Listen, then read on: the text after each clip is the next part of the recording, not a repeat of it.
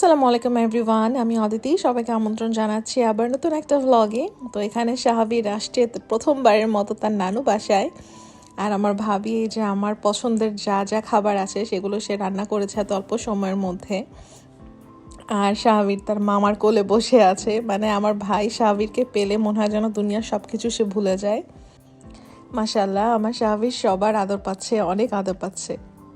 আর এখন সে তার বড় ভাইয়ের কোলে আছে। তো গত সপ্তাহটা না আমি এত বিজি ছিলাম যে আমি যে একটু ঠিকঠাক মতো ভ্লগ শ্যুট করবো সেটারও আমি সময় পাইনি। তো খণ্ড খণ্ড ভিডিও ক্লিপস নিয়ে আজকের ভ্লগটা সাজানো। তো আমি আবার গিয়েছিলাম হচ্ছে আমার লেজারের জন্য। তো আমি প্রথম সেশন নিয়েছি। এটা অনেকের 3টা লাগে, 5টা লাগে, আবার অনেকের 8 থেকে 12টাও লাগে। দেখা যাক আমার কয়টা লাগে। তো যেহেতু কেবল আমি একদম শুরু করলাম, এখনও কোনো রেজাল্টের তো কোনো কিছুই আমি বুঝতে পারবো না, স্বাভাবিক। তো এটা আমার কমপ্লিট হোক, দেন আমি হয়তো বা আমার এই জার্নিটা আমি শেয়ার করব। তো যাই হোক, এটা হলো তার পরদিনের ভিডিও, অর্থাৎ থার্সডে। তো এখানে সকালবেলা তো আম্মু সব কিছুই করে রেখেছে। তো আমি কিছুদিন আগে ইউনিমার্ট থেকে এই বড় বড় কিছু চিংড়ি মাছ কিনেছিলাম, দেখে আমার খুব খেতে ইচ্ছা হচ্ছিল, এই জন্য। তো ভাবলাম যে আজকে ওটা রান্না করি। আম্মু তো ভেজে টেজে সব রেডি করে রেখে দিয়েছে, আমি জাস্ট রান্না করতে আসছি। কিন্তু আমার কাছে মনে হলো খাওয়ার পরে চিংড়ি মাছগুলো অনেক পুরনো ছিল। আর মানে টাটকা মাছের যেই স্বাদটা, ওরকম কোনো কিছুই ছিল না। আমার হাজব্যান্ড বলছে খেয়ে যে ঝোলটা খুবই মজা হয়েছে, কিন্তু মাছটা কেমন যেন একটু লাগছে খেতে। পরে আমিও খেয়ে দেখলাম যে এটা একটু মানে বেশ পুরনো। তো যাই হোক, শিক্ষা হয়ে গেল আর কখনো এভাবে কেনা যাবে না ফ্রোজেন আইটেম। এগুলো আসলে বাজার থেকে একদম টাটকা কিনে রান্না করে খেলেই সেই স্বাদটা বেশি পাওয়া যায়, এটা খুবই স্বাভাবিক। কিন্তু আমি ওই কাঁচ ফাঁকি দেওয়ার জন্য এই ফ্রোজেনটাই কিনেছিলাম, কারণ এখানে একদম কুটে বেছে ওরা ফ্রেশ করে রেখে দিয়েছিল, ওটা দেখে আমি কিনে নিয়েছিলাম, মানে রেডি টু কুক। তো এইটা চিন্তা করেই আমি কিনে নিয়েছিলাম। তো শিক্ষা তো হয়েই গেল, আর জীবনে এটা কেনা যাবে না এভাবে। তো থার্সডে মানেই হচ্ছে একটু লেজি টাইম পার করা আর কি। দেরিতে ঘুম থেকে ওঠা, দেরিতে রান্নাবান্না শুরু করা, মানে সব কিছু একটু দেরিতেই হয়। তাও তো আম্মু হচ্ছে অনেক কাজ এগিয়ে রাখেন জন্য আমার আর দেরি হয় না, সব কিছু তাড়াতাড়িই হয়ে যায়। তো ঘুম থেকে উঠে আমি রান্নাবান্না করে তারপর আমি আর আমার হাজব্যান্ড চলে গিয়েছিলাম ওই 11 নম্বরের বাজারটাতে। তো এই যেখানে একটা নদীর পাঙাশ মাছ, আমার হাজব্যান্ডের খুব পছন্দ নদীর পাঙাশ। তো এখান থেকে তো গোটা মাছ তো নেওয়া যাবে না, ওরা আবার কেটে কেটে বিক্রি করে। তো আমরা আর কি দেখিয়ে দিলাম আমরা কোন অংশের মাছটুকু নিব। তারপর ওখান থেকে আবার যে চিংড়ি মাছ নিলাম, আরও কিছু মাছ নিয়েছি। তারপরে এই যে কাঁচা বাজার এখানে থেকে করি। তো এই বাজারের যেই ভাইয়াটা, উনি আবার অনেক ভালো। তো আমি তো খুব লাউ খাই, কারণ স্বাভাবিক হওয়ার পর তো আমি মনে হয় শুধু লাউই খেয়েছিলাম। তো ওনার কাছ থেকেই লাউ নেওয়া হয়। তো উনি আবার বেশ ভালো, তো উনি সব থেকে কচি কচি লাউগুলো আর কি আমাকে দেয়, মানে ওনার কাছে লাউ নিয়ে আর কি ঠকা লাগে না। তারপর বাজার করে ফেরার পথে আবার একটু দেখি ছোটো ছোটো ইলিশ মাছ। তো হাজব্যান্ডকে বললাম যে ইলিশ মাছও একটু কিনি, যদি দেখি দামে ভালো হয় তাহলে একটু কিনি। তো এখান থেকে আবার এক হালি ইলিশ মাছ নিয়েছি। এখন দেখি সব জায়গায় এই ছোটো ছোটোই ইলিশ মাছ। তো যাই হোক, এই তো বাজার শেষ করে এখন আবার কিছু মেডিসিন কিনতে হবে। যেমন আমার যখন লেজার করেছিলাম, তো ওখান থেকে আমাকে একটা সানস্ক্রিন আর একটা ময়শ্চারাইজার সাজেস্ট করেছেন। তো ওই জিনিসটা আর কি আমি খুঁজছিলাম। তো প্রথমে আমার হাজব্যান্ড অন্য একটা ফার্মেসিতে গিয়েছিল, সেখানে আমরা পাইনি। তারপর আমরা চলে এসেছিলাম প্রেসক্রিপশন এইডে।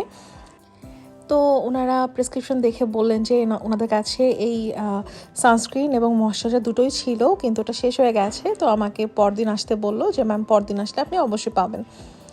তারপরে ওখান থেকে তো বাকি জিনিসপত্র কিনলাম, যেমন বাবুর হচ্ছে ডায়াপার।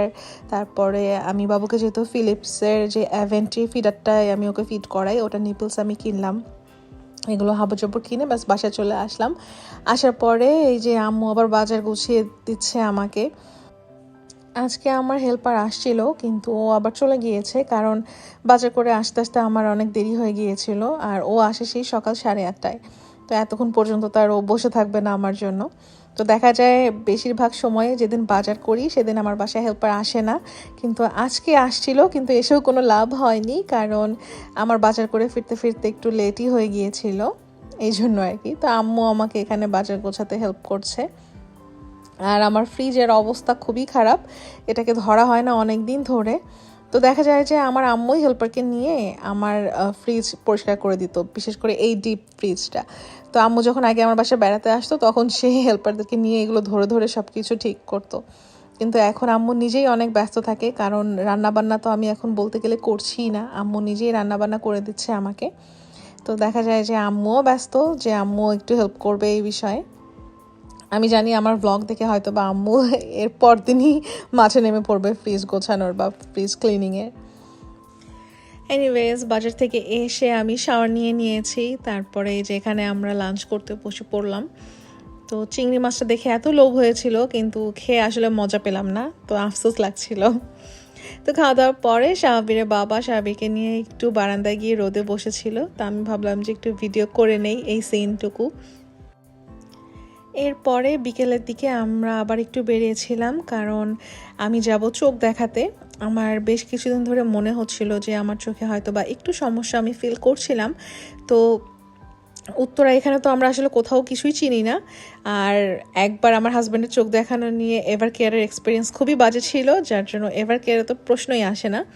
তো খুঁজে খুঁজে এই যে উত্তরার এখানে আমরা আসলাম। আসার পর এটা অনেক ভালো, আমার হাজব্যান্ড বলছে যে আমি কি করতে এভার কেয়ারে গিয়েছিলাম, কেন গিয়েছিলাম, আর এই যে এখানে কত সুন্দর সিস্টেম, কত সুন্দরভাবে চোখ দেখিয়ে আসলাম, আর টাকাও কত কম।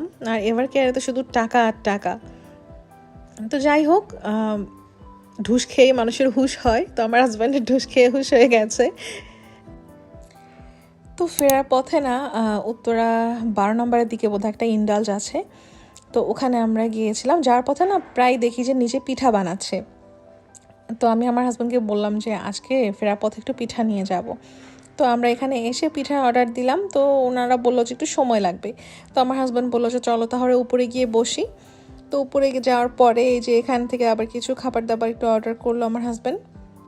তো প্রথমে একটা মাটির হাঁড়িতে যেই পিঠাটা আমরা খেলাম, ওটা ওই যে চই পিঠা বলে, খেতে খুব ভালো, কম মিষ্টি, খেয়ে খুব ভালোই লাগলো। আমার হাজব্যান্ড খুব পছন্দ করেছেন, তিনি অবশ্য অত বেশি একটা মিষ্টি খান না, কিন্তু এটা খেয়ে তার কাছে খুব ভালো লাগলো, আমার কাছে অনেক বেশি ভালো লাগলো। এরপরে এই যে বিকেল হয়ে গেছে, আমার তো মাথা ধরে গেছে, আর আমার চা বা কফি খাওয়ার জন্য আমি পাগল হয়ে গিয়েছিলাম। তো ভাবলাম যে এখান থেকে আমি কফি খেয়ে নেই। আর শাহাবির তার নানুর কাছে ছিল জন্য আমি একদম টেনশন ফ্রি ছিলাম। তো এই তো আমরা এখান থেকে খাওয়া দাওয়া করে এখান থেকে পিঠা টিঠা সমস্ত কিছু নিয়ে বাসায় চলে আসলাম।